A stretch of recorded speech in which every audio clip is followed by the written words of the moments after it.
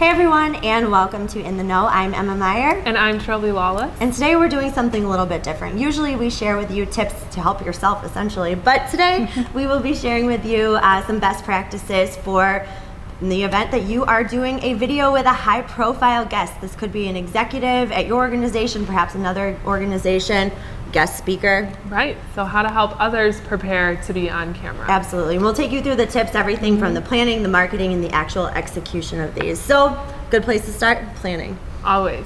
So, we like to say that you need to do the legwork, and I know that might sound bad, but if you're going to be having a guest come on or someone who's higher up than you, it's always nice to be the most prepared person in the room. So this is getting the handouts together, doing the slides, creating the talking points. Make sure that you're their point of reference so that they know who to go to become prepared and how to be more comfortable with the topic. Absolutely, and Trilby, kind of in the same vein, but Yes. not the content perspective, make sure that you are prepared from a technology perspective. You cannot expect a high-profile guest to come in and have to troubleshoot video equipment, Right. even something small like miking themselves. Make sure that you give them the full white glove approach when it Yes. comes to this, because oftentimes these people can be a little bit nervous. Also crunched for time. Yes, Which always you'll probably be respectful of the time. Definitely, you'll probably find out in the scheduling process. You just want to have them come in, sit down, be comfortable, and do everything for them from the technology Really side treat of them things. like the star of the show. Like they are. Absolutely, absolutely.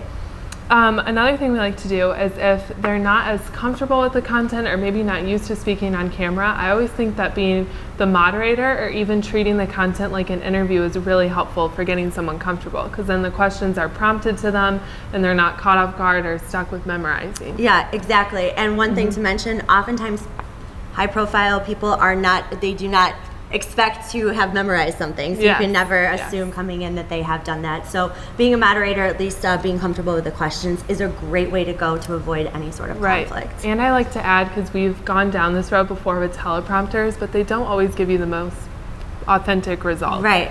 So if you can avoid those in any way and sub in a moderator instead of teleprompter, I think that's always a good call. Absolutely. So now let's look at things from maybe a marketing perspective. Again, carrying on the message, if you are creating this video, you want to make sure that it gets out, especially high profile person. Yes. They have a great resources to reach out Right. to get more viewers.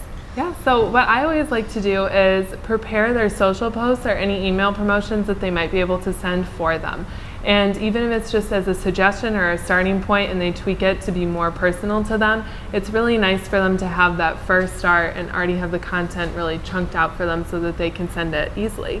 And it's nice to have another person spreading the word about your program always. I completely agree with you. Now, one thing we wanted to mention too, it's okay to start small with these, right? Yes. So for executives who might not be used to doing this sort of thing, definitely start small and you can grow from there. If you give them a good experience overall, then they'll want to do something like this again, or perhaps appear on your show or your video or whatever you're doing in the future. Exactly. And two more tips I have. One would be that note cards are not a negative. Emma and I have note cards today. Just like any news anchor you watch on the television, as long as you're looking up enough and being engaged and are still comfortable with your content, it's fine to have a note to quickly look down and glance to.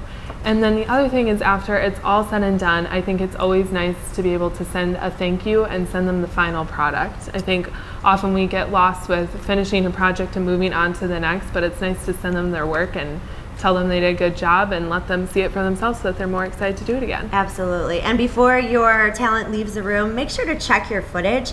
Yes. Maybe we've been in situations, I won't name names here, who did not do that, and recording turned into a series of photographs. Yes, So- I had a bad moment with Exactly. recording on a phone. But it you was learned not the video. lesson. Yes, and now I'm here to tell you from experience. Perfect. So thanks.